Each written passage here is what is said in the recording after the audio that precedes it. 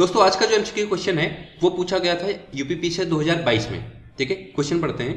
भारत के संदर्भ में निम्न कथनों में से कौन सा कथन सही है? ठीक है, सही कथन पूछा है। यहाँ पे भी कई बार कंफ्यूज करता है सही है या नहीं है में, तो एग्जाम में भी पहले आप इसको ऐसे टिक लगा लें ताकि आपके दिमाग में रहे कि पूछा क्या है।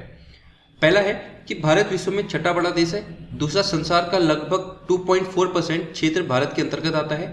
तीसरा, कर्क रेखा देश के बीच से गुजरती है जो अक्षांशीय विस्तार को 2 बराबर भागों में बांटती है।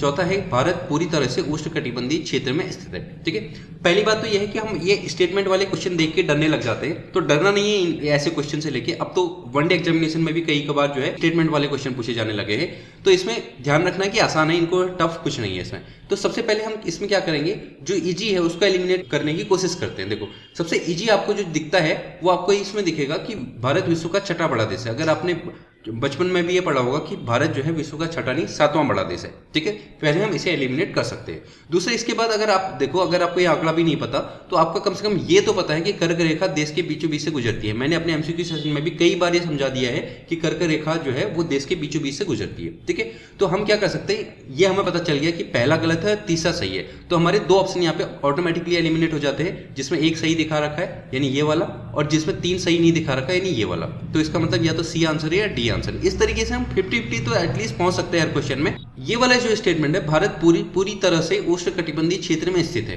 यहाँ पे आप समझने की कोशिश करो कि भारत उष्णकटिबंधीय देश जरूर है लेकिन पूरा नहीं है। क्योंकि देखो, कर्क रेखा भारत को क्या करती है, 2 बराबर भागों में बांटती है, यानी बीचों बीच से जाती है। उष्णकटिबंधीय यानी ट्रॉपिकल रीजन है। ट्रॉपिकल रीजन जो आता है इस कर्क रेखा से नीचे कहां तक, मकर रेखा के बीच वाला क्षेत्र। कर्क रेखा से मकर रेखा के बीच वाला क्षेत्र को कहते हैं हम ट्रॉपिकल एरिया यानी उष्णकटिबंधीय क्षेत्र। ठीक है, जबकि इससे ऊपर जो शुरू होता है इसे हम कह देते हैं टेम्परेट रीजन।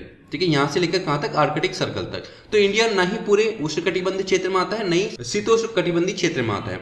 तो ये 50-50, आधा जो है उष्णकटिबंध में आता है, नॉर्थ इंडिया लगभग शीतोष्णकटिबंध या सब ट्रॉपिकल भी हम कह देते हैं, इस इलाके में आता है। ठीक है, तो इस तरीके से आप देखेंगे कि ये चौथा गलत है, तो इस तरीके से आंसर आपका हो जाएगा डी।